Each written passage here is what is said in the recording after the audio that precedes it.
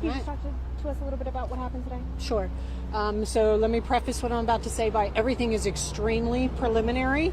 Yes, we've been out here for a while, but the facts are extremely preliminary. So what I know to now is that earlier this morning, District 3 got a call for an unknown trouble at 1000 block of Springbrook Avenue. When they arrived, there's a neighbor that was attempting to educate the officers as to what happened. Officers made contact with an individual in the home.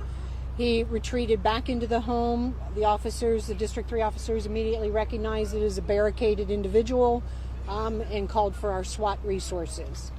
Once SWAT got here, we attempted a couple hours of negotiations with the individual. We also tried some tactical maneuvers to get the individual to come out. After numerous attempts, we made our way in, found the individual with what we believe to be self-inflicted knife wounds, and he's been transported to the hospital. Do you know anything about anyone else who's in the house with him, if anybody else was injured? Yeah, so again, it's extremely preliminary. CIS, our homicide unit, is just arriving on the scene. We believe there are 3 individuals in the home that have been pronounced deceased. We will still be working on relationships to each other, motive, and anything else that the investigation will reveal. Do you have any update on ages? No, not at this time. Was it all knife-inflicted wounds, or what was the matter? Yeah, so there's no indication that there was a firearm used today. Again, preliminarily, we believe they are stab wounds. Is this a known house? No, this is a very quiet neighborhood and part of our city. Nice homes.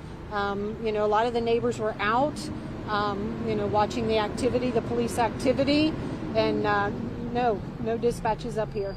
How are your officers? I know this is a long morning for them. Are they all okay? Yeah. You can see the SWAT personnel are just leaving. They will now go back to their headquarters and do a debriefing.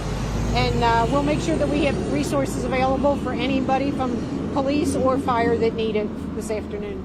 There's no doubt this has been a tough morning in Cincinnati with a 5-year-old shot. Also, can you give us any update on that? Yeah, so again, that's very, very preliminary right now. That 5-year-old, to my knowledge, is still alive, is in very critical condition. That is a gunshot wound, but we do not have suspect information or motive at this time for that event either. What is your message just in general for the people in Cincinnati right now?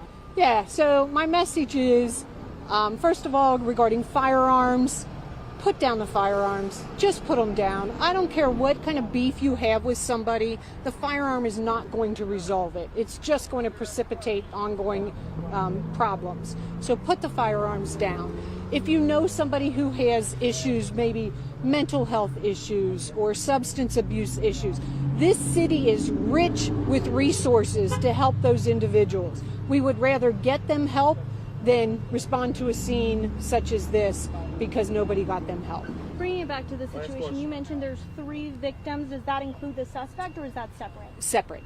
3 separate. All right. All right. Thank you. Thank you, guys. Thank you.